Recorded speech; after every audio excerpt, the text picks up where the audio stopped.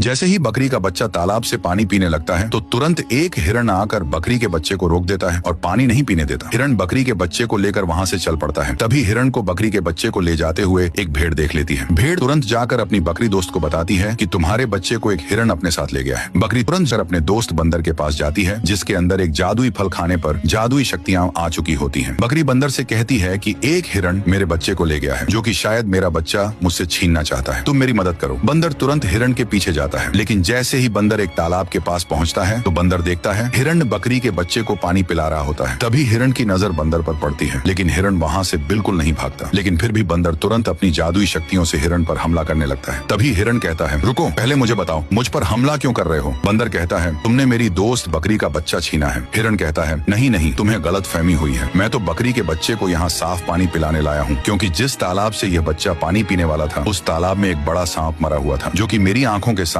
जैसे ही बकरी और बंदर हिरण के पास पहुंचते हैं, वह दोनों चौंक जाते हैं। हिरण जमीन पर गिरा पड़ा होता है, उसकी सांस तेज चल रही होती है और तभी बकरी और बंदर को कुछ खतरनाक साउंड सुनाई देती है। अचानक एक बड़ा डरावना वाइल्ड जैकल छलांग लगाकर हिरण के पास आ जाता है। बंदर फौरन शाउट कर बकरी से कहता है, रुको, ये कौन है। बकरी का दिल कांप जाता है। बंदर फौरन अपनी मैजिकल पावर से छलांग लगाकर हिरण के सामने आ खड़ा होता है, लेकिन वह कोई आम गीदड़ नहीं होता, बल्कि एक क्रेजी जैकल होता है जो हिरण पर दोबारा हमला करने वाला था। बंदर गुस्से से कहता है, पीछे हट, ये हिरण मेरी दोस्त का बच्चा बचाकर लाया था, इसलिए अब यह हमारा फ्रेंड है और अब हमारा भी फर्ज है कि हर हाल में इसकी प्रोटेक्शन करें। पागल गीदड़ डरावनी आवाज निकालता है और कहता है, नहीं, इसे डाई होना होगा, इसने मेरा शिकार मुझसे बचाया है। दरअसल जब बकरी का बच्चा एक जहरीले तालाब से पानी पीने वाला होता है, तभी यही गीदड़ बकरी के बच्चे पर हमला करने वाला होता है। लेकिन तभी अचानक हिरण आकर बकरी के बच्चे को वहाँ से लेकर चला जाता है। उसके बाद जैसे ही बंदर आकर अपनी दोस्त बकरी के बच्चे को हिरण से लेकर वापस जाता है, तभी पागल गीदड़ आकर हिरण पर हमला कर देता है। लेकिन अब